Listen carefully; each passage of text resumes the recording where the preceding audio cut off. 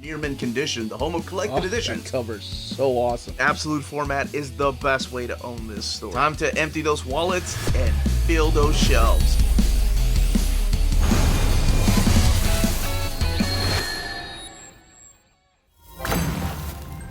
How's it going, all you minties? Uncanny Omar here from Near Mint Condition, the home of collected editions. And join me today for your advanced look at the Jim Lee's DC Legends Artist Edition from IDW. So let's go ahead and get started.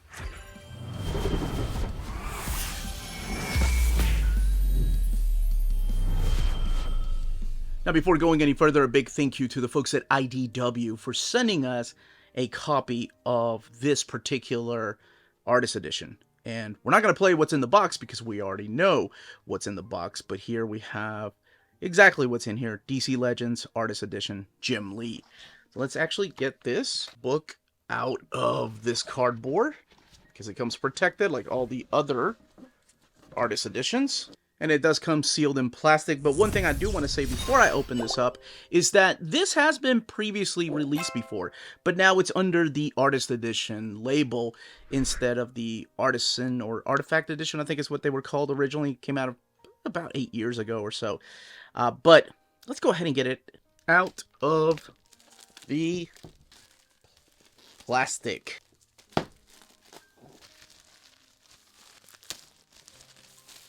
So here it is out of the plastic, and to kind of give you an idea how big this book is, here it is compared to the size of the Absolute Edition of Batman Hush, which some of the artwork is in here.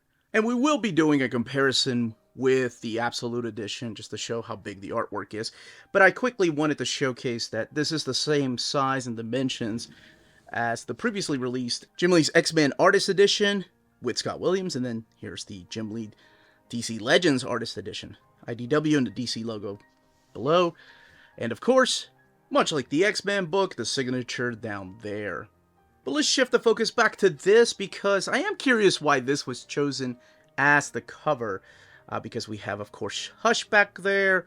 And one of the Robins dead.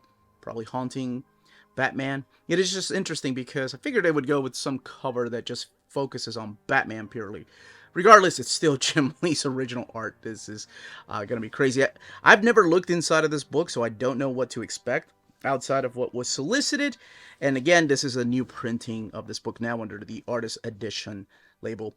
And this one here retails for $150. Like the rest of the... Actually, the last couple of years, the Artist Editions have been about $150. All right, let's go ahead and crack this book open and look at it together. Okay, let's go ahead and open this big book up. And here we have this end sheet. Keep in mind the end sheets are always different. Choosing the Joker over here and Batman by Jim Lee, just completely zoomed in. And Jim Lee Legends Artist Edition. Of course, this is his work at DC. But there's also going to be some Wildstorm stuff here, or stuff when it was known as the Homage Studios. The Jim Lee DC Legends Artist Edition is part of an ongoing series, one dedicated to showcasing extraordinary artists in a format as special as their work deserves. And, of course, they're talking about the size of the art. This is the actual same dimensions as his original art is printed on, like the paper stock. Here's your table of contents. So there is Wildstorm, there's Batman, Superman, and the DC Universe. So we are in for a treat with this picture right here. It kicks it off. Art of Homage number 1, and that is Gen 13. So this is the Wildstorm era, issue number 1 right there. And this is interesting, Marvel Comics. So this is the first time I'm looking at this. And I wonder if that's because he had left Marvel. He just had a bunch of these pages with him, and he just started drawing on them. Cover to issue number 2 of WildC.A.T.s with Void, Spartan, and Warblade, Zealot over there, and Voodoo. No Grifter, but that is Grifter right here. This is the internal page of Void actually transporting the team, and also Maul back there. And you do have some original pages here of Jim Lee. We used to call these the staple guns back in the 90s. Doesn't matter, they still look so badass. Grifter, man. Grifter had one of the coolest designs for Wildcats. I remember thinking, oh my gosh, if Jim Lee had stayed, maybe that's where Gambit would have evolved to, wearing this mask. And I'm sure most people are like, that's a ridiculous mask. There's the what are they called? Damites? They're like demons. Whoa. This is actually from Absolute Wildcats, if I'm not mistaken. Yep, Absolute Wildcats cover. And beautiful. Now, one of the things I wanted to go back to... Yes, all pencils by Jim Lee, all inks, unless otherwise noted by Scott Williams. So it's usually Scott Williams inking his stuff, unless it's noted otherwise. This is the Deathblow era. This is the era when he was trying the chiaroscuro artwork, much like Frank Miller's art in Sin City, and he was trying something different. It's really cool. I love these artifacts you can find in collections like this. You can see that he was using whiteout for like the smoke effect there, and that gun. You know, when I was a kid, I remember rolling my eyes when I saw this. I was like, oh, great. He's cutting corners, man. This style is so easy to do. But it took me a long time, and probably when I took art classes in college, to actually appreciate how much mastery of your skills you have to actually pull off art that has all the negative space and, you know, make the contrast work for you. And this is a cover here to Gen 13 and Gen 13 trade paperback cover. There's another Deathblow piece. Deathblow has appeared in the pages of Images or DC as well. This is Divine Right, and I think he actually wrote Divine Right. Man, did I love his art. Still good after all these years.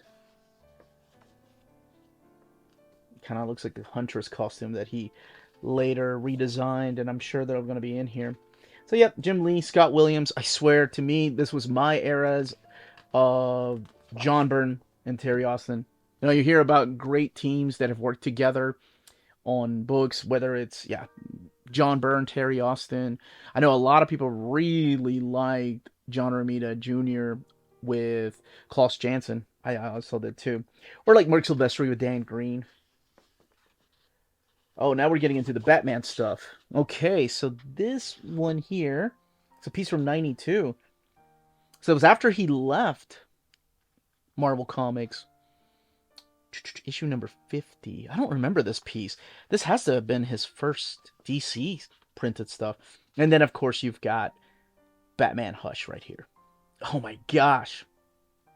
The wires, like, you know, say what you will, and I've seen comments, you know, you don't have to agree with what people say online. Like, Jim Lee is a freaking beast when it comes to art and detail and angles and proportions, and it just, I love it. You know, I've seen people say, well, his figures look really static, they look boring.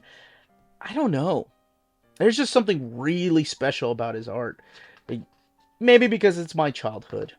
I think there's a little Easter egg when it comes to his shoe. I can't remember what issue it's in. And this is Catwoman. And Catwoman... Actually, that's a different costume for Catwoman.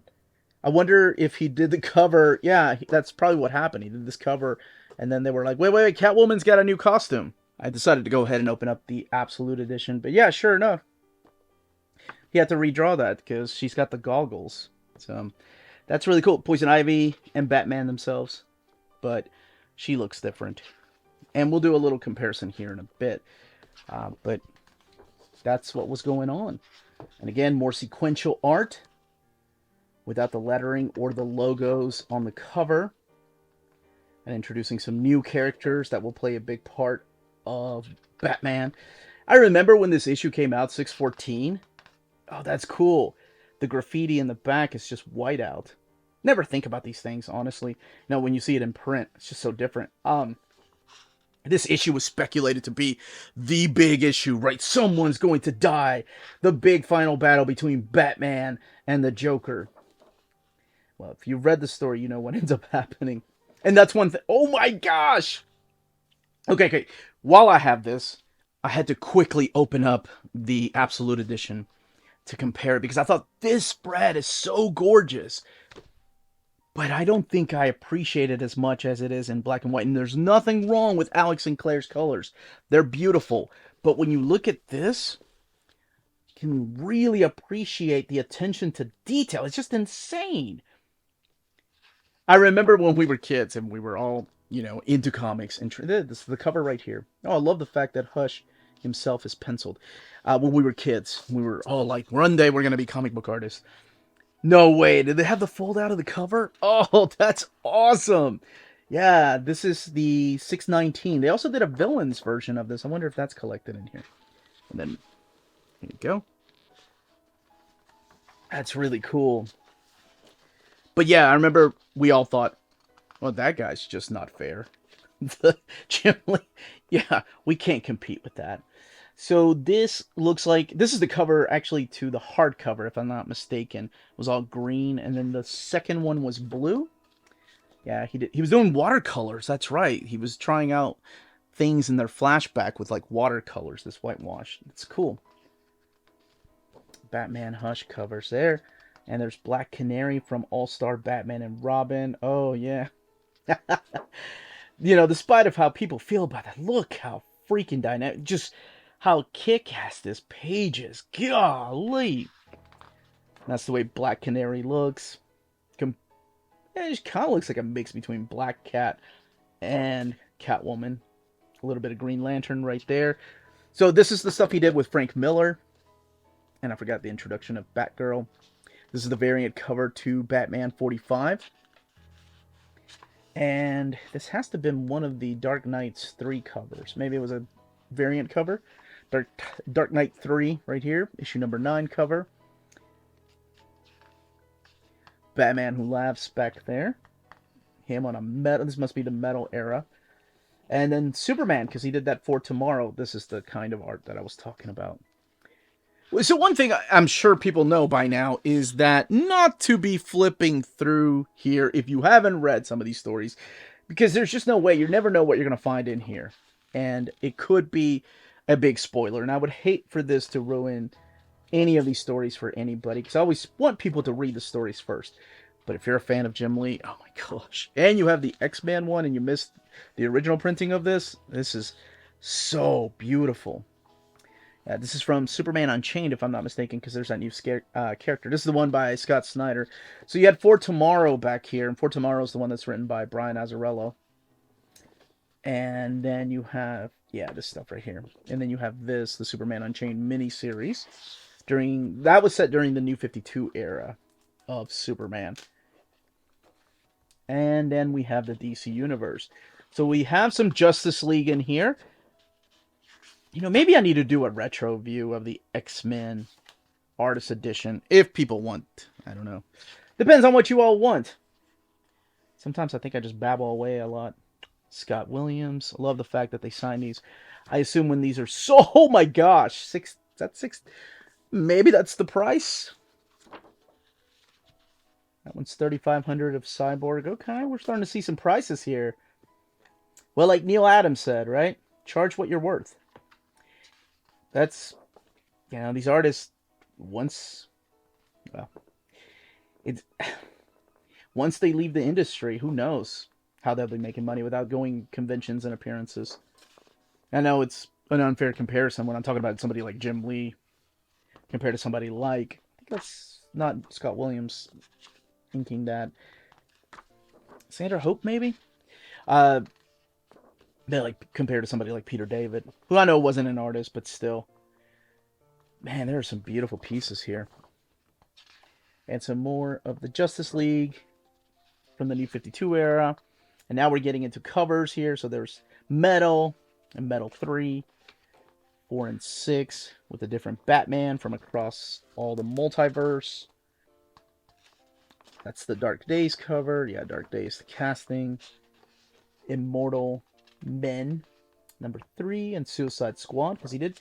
Actually, I'm surprised they don't have any Suicide Squad, because he did do some Suicide Squad issues at the very beginning of the Rebirth era. Designs, I assume, for Damian and Jonathan.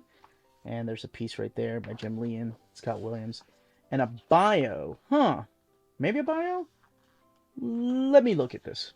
So this is a bio on him, but it's his history. Like, it's like a deep dive bio when he was born in South Korea and then coming over here, living in Missouri, and then growing up on different people's eras of X-Men and Frank Miller on Daredevil, and then talking about his run on Marvel Comics, and then moving over to Wildstorm.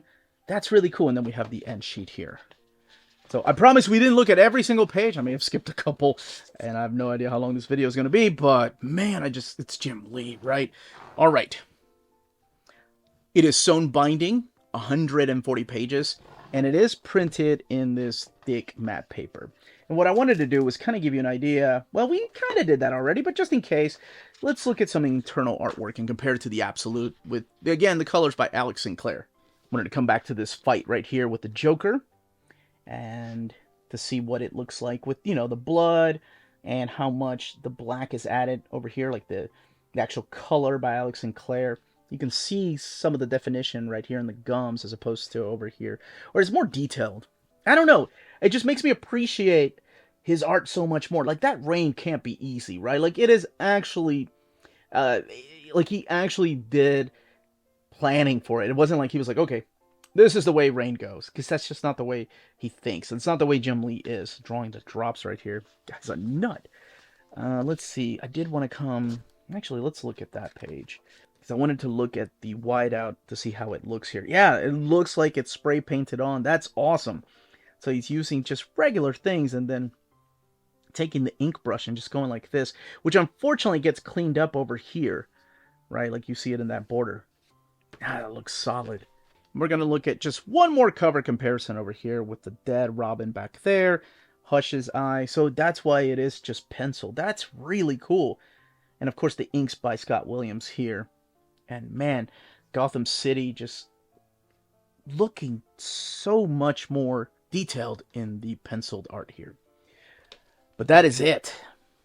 That, as they say, is that. If you're interested in purchasing this book, don't forget to check out our sponsor, cheapgraphicnovels.com, your online home for graphic novels and collected editions up to 50% off cover price. They have excellent shipping and prompt and helpful service. Check out their bargain deals for up to 90% off cover price. And don't forget that CGN also takes pre-orders. That way you don't miss out on the hottest releases. And they are currently running a special promotion for you Minties. If you're a first-time customer, after receiving your order confirmation email, reply back to that email and let them know Near Mint Condition sent you their way. They will then apply a free shipping promotional credit to your next order in the US. Cheap Graphic Novels, your source for the hottest books with the kind of deep discount, quality shipping, and customer service that will keep you coming back for more. And that was the content, the page count, and build of this artist edition. Let me know in the comments down below if you already have this book when it was I think it was the Artifact Edition as it was originally called, or if you've never even seen it and you're interested in picking it up. What other artist editions you want to see? And I would love to know what other artist edition you would like to see from IDW. If you have any questions, leave them down below. Don't forget to smash that like button, subscribe, and ring that bell for notifications. Everyone, stay healthy and safe out there. Much love.